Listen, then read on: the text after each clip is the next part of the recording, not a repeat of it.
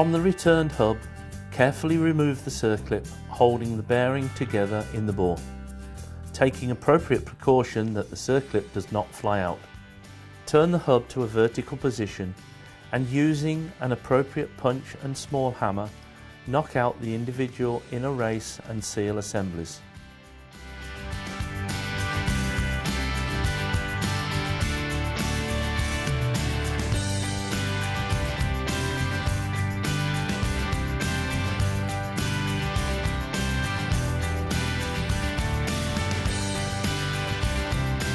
Next, take the hub to a suitable press so that both outer races can be removed. The old bearing and seal components should then be consigned to scrap. Ensure correct safety procedures are implemented while using the press.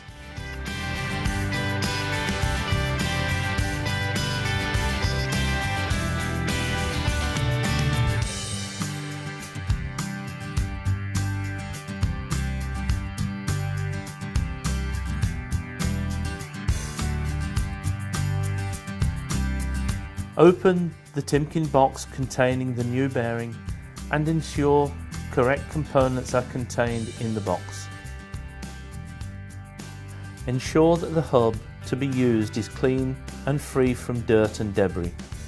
Check also for damage to shoulders and bores which could need repairing.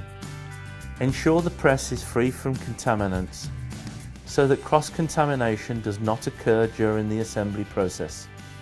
Make sure components are fitted squarely into the hub during the pressing operation.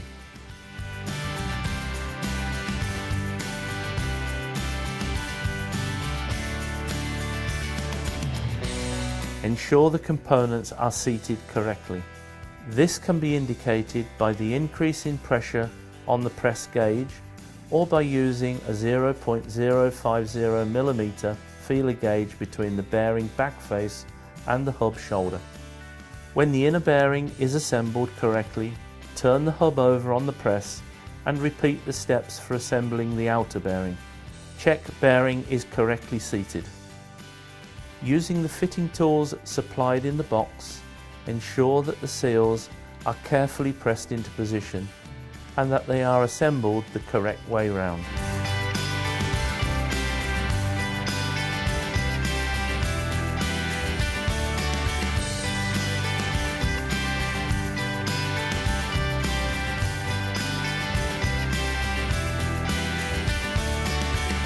When the two sides of the bearing and seals are fitted into the hub, ensure that the outer race front faces are abutted together, and while supporting the bottom bearing, carefully assemble the circlip into the bore of the hub until it clicks into place.